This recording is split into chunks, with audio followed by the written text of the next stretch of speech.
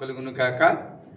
జీవన తొలిసంజ అనుదిన మన్నానికి ఉదయకాలపు వాక్య ధ్యానములకు మిమ్మల్ని ప్రేమపూర్వకంగా ఆహ్వానాన్ని తెలియపరుస్తూ నా నిండు వందనాలను తెలియపరుస్తూ ఉన్నాను. ప్రభునందు మాకు అత్యంత ప్రియులైనటువంటి దేవుని పిల్లలారా ఎలా ఉన్నారండి?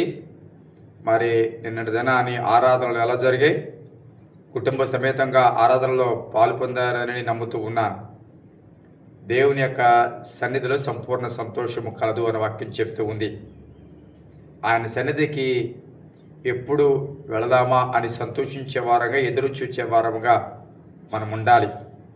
కాబట్టి దేవుని సందులో మరి దినమంతా కుటుంబం అంతా కూడా మీరు దేవుని సందులో ఉన్నారని, మరి మీరు వెళ్ళిన మందిరాలలో మీ దైవజనుల ద్వారా దేవుడు మీతో మాట్లాడి ఉన్నారని నేను నమ్ముతూ ఉన్నాను. విన్నవి విన్నట్టుగా విడిచిపెట్టేయకుండా తప్పకుండా విన్న వాటిని జ్ఞాపకం చేసుకుంటూ మీ ఆత్మీయ జీవితాలలో ముందుకు కొనసాగించాలని ప్రభు పేరట మీకు మనవి చేస్తున్నాను. గడిచిన వారం అంతా కాపాడి ఆయన అత్యంత మహాకృపను బట్టి మరి మరొక దినాన్ని, మరొక వారాన్ని మన జీవితంలో అనుగ్రహించి ఉన్నాడు. ఈ దినమును బట్టి మనం ప్రభుని స్తుతించవలసిన వారమే ఉన్నాం. మరి కుటుంబాలు అందరూ బాగున్నారు కదండి. మరి ఈరోజు ఉదయం ప్రార్థన చేసుకుని మీ దినచర్యను ప్రారంభించారా? తప్పకుండా ప్రార్థనా పూర్వకంగా మరి దినచర్యను ప్రారంభించవలసిందిగా ప్రభు పేరట మీకు మనవి చేస్తూ ఉన్నాను. మరి ఈ యొక్క వర్తమానాల ద్వారా మీరు ఆధ్యాత్మికంగా బలపరచబడుతూ ఉన్నట్లయితే తప్పక అనేక మందికి మరి షేర్ చేయడం మర్చిపోవద్దు. అలాగే మీ ప్రార్థనా అవసరాలు కూడా మాకు తప్పకుండా తెలియపరచండి. ఇంకను చాలామంది సబ్స్క్రైబ్ చేయించుకోవలసిన వారు ఉన్నారు. తప్పకుండా చేయకపోతే తప్పకుండా సబ్స్క్రైబ్ చేయవలసిందిగా ప్రభు పేరట మీకు మనవి చేస్తూ ఉన్నాను. ఉదయకాలం ఒక మాటను మీ జ్ఞాపకానికి తీసుకురావడానికి నేను ఇష్టపడుతూ ఉన్నాను. అపొస్తలుల కార్యములు 13వ అధ్యాయము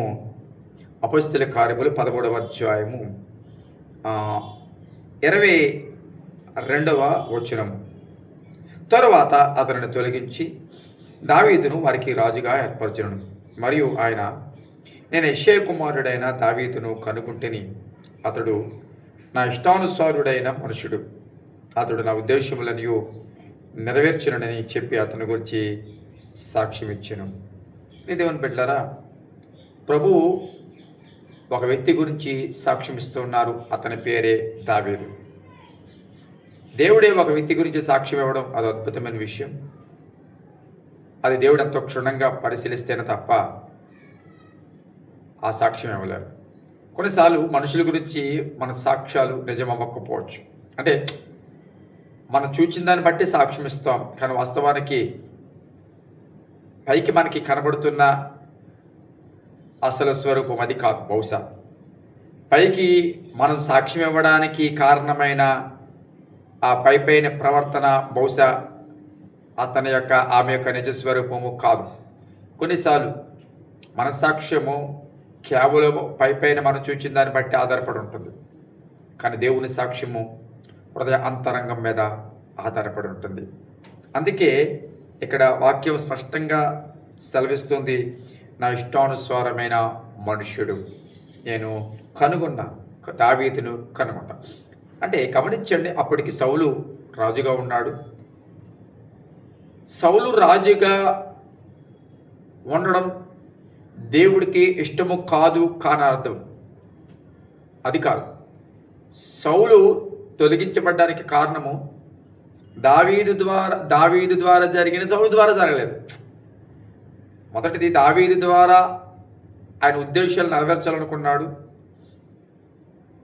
ఆయన కనుగొన్నాడు దావీదును. కానీ సౌలు విషయంలో జరగలేదు. సౌలు తన సొంత ఆలోచనలను, తన సొంత చిత్తాలను నెరవేర్చుకున్నాడు, ప్రభు ఉద్దేశాలు, ప్రభు ఆలోచనలు ప్రక్కన పెట్టి. సో దేవుడు దావీదును కనుగొన్నాడు. ఎందుకు కనుగొన్నాడంటే అతడు నా ఇష్టానుసారమైన మనుషుడు మొదటిది, రెండవది నా ఉద్దేశములను నెరవేర్చేవాడు. ప్రియదేవుని బిడ్డలారా, సౌలును దాటుకుని ఆ కృప ఆశీర్వాదం దావీదు దగ్గరికి వచ్చింది అంటే దేవుని ఉద్దేశములు దావీదు ద్వారా నెరవేరబడాలని. దేవుడుకు దావీదు ఇష్టానుసారంగా మనుషుడమైనగా బ్రతుకుతున్నాడు. కాబట్టి ఈ వాక్యం ప్రియబిడ్డారా, నీ జీవితంలో ఎవరినో దాటి కృప నీ దగ్గరకు వచ్చిందేమో, ఎవరినో దాటి ఆశీర్వాదం నీ దగ్గరికి వచ్చిందేమో. బహుశా అనేక మందికి లేని దీవెన, అనేక మందికి లేని అవకాశం, లేకపోతే అనేక మందికి లేని కృప ఒకవేళ బహుశా నీకు ఇచ్చాడు. అది ఎటువంటి కృప తెలీదు. ఒక మంచి ఉద్యోగం కావచ్చు, ఒక చక్కటి వ్యాపారం కావచ్చు, ఒక చక్కటి స్థితి కావచ్చు, ఒక చక్కటి బలం కావచ్చు. దేవుడు ఏ కృప నీకు ఇచ్చాడో నాకు తెలియదు, కానీ బహుశా కొంతమందిని దాటుకుని, లేకపోతే కొంతమందికి లేని ఆ కృప దేవుడు నీకు ఇచ్చుంటాడు. అయితే ఎందుకు ఇచ్చున్నాడు తెలుసా? నీవు ఆయన ఉద్దేశాలను నువ్వు నెరవేరుస్తావని. అవును, ఆయన ఉద్దేశాలు నువ్వు నెరవేరుస్తావని ఆయన నిన్ను ఏర్పాటు చేసుకుని ఉన్నాడు. ఇది ఖచ్చితంగా నువ్వు జ్ఞాపకం చేసుకోవాలి.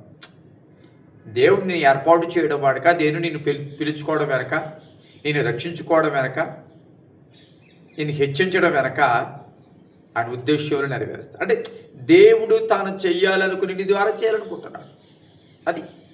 అది ఉద్దేశం.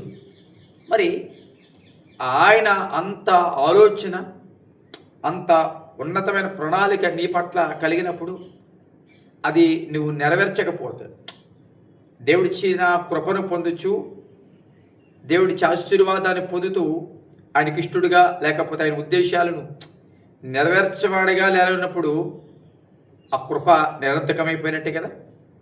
దేవుడి మీద పెట్టుకున్న ఆశలు వ్యర్థమైపోయినట్టే కదా. అవును, దేవుని సన్నిధిలో నీ జీవితంలో దేవుని ఆశలు నీ పట్ల వ్యర్థం కాకూడదు. దేవుడి ప్రణాళిక నీ పట్ల వ్యర్థం కాకూడదు. దేవుని ఉద్దేశాలు నీ పట్ల నెరవేరాలి. అవును, కాబట్టి దేవుని సన్నిధిలో గడిచిన దినాలెంతో గడిచిపోయే, ఎక్కడైనా దేవుడి ఉద్దేశం నెరవేర్చే వ్యక్తిగా మనం బ్రతకాలి. దేవుడి ఆలోచనలు నెరవేర్చే వ్యక్తిగా నీవు జీవించాలి. నీ ఏర్పాటు వెనక దేవుని యొక్క కృప, నీ పిలుపు వెనక దేవుని యొక్క కృప, నీవు హెచ్చించడం వెనక దేవుని యొక్క కృప ఏమిటో ఎరిగినవాడిగా, అంటే మనుషుల ఉద్దేశాలు నెరవేర్చడానికి పాటుపడిన వ్యక్తి సౌలు అయితే, దేవుడి ఉద్దేశం నెరవేరుస్తాడని దేవుడి చేత ఏర్పాటు చేయబడిన వాడు దావీదు. ఆలోచన చేయి. ఈ స్థితి, ఈ స్థాయిని ఇచ్చిన దేవుడి ఉద్దేశం నెరవేరుస్తావా, లేకపోతే మనుషుల యొక్క తలంపులు, మనుషుల యొక్క ఆలోచనలు, నీ స్వబుద్ధిని స్వచ్ఛత్వం మీద ఆధారపడి వెళ్తావు? నువ్వే నిర్ణయించుకో. ప్రార్థన చేద్దాం. పరిశుద్ధమైన తండ్రి, నీ పరిశుద్ధ నామానికి స్తుతులు స్తోత్రాలు చెల్లిస్తున్నాం. గొప్ప దేవుడు, గడిచిన వారమంతా కాపాడి మరొక నూతన వారం మీరు మాకు ఇచ్చారు, అనుగ్రహించారు. స్తోత్రాలు. ఈ దినమును బట్టి నేను స్తుతిస్తూ ఉన్నాం. యువత కాలము ప్రభా, దావీదును ఏర్పాటు చేసుకోవడం వెనక ఉద్దేశం ఏంటో, ఆయన ద్వారా నీ యొక్క ఉద్దేశములు సఫలమవ్వాలని ఆలోచన ఉదయకాలం మీరు మగులు బయలుపరిచినందుకు స్తోత్రాలు. మా ఏర్పాటు వెనుక కూడా నీ కృప ఉందని, మేము పొందుకున్న ఆశీర్వాదం వెనుక నీ కృప ఉందని, దాని వెనక నీ ఉద్దేశంలో నువ్వు నెరవేర్చడానికి ఇష్టపడుతున్నావని మేము గ్రహించే వారంగా ముందు కొనసాగడానికి సహాయం చేయండి. మా ఉద్దేశం నెరవేర్చుకునే వారిగా కాదు, కానీ నీ చిత్తాన్ని ఉద్దేశం నెరవేర్చే వారంగా మేము ముందుకు సాగుతూ మీ వనరులు మాకు ఇచ్చారు, వాటిని నీ నామ మహిమార్థంగా ఉపయోగిస్తూ కొనసాగలిగిన కృప దయచేయండి. బలహీనలు బలపరచండి, అనారోగ్యంగా స్వస్థపరచండి.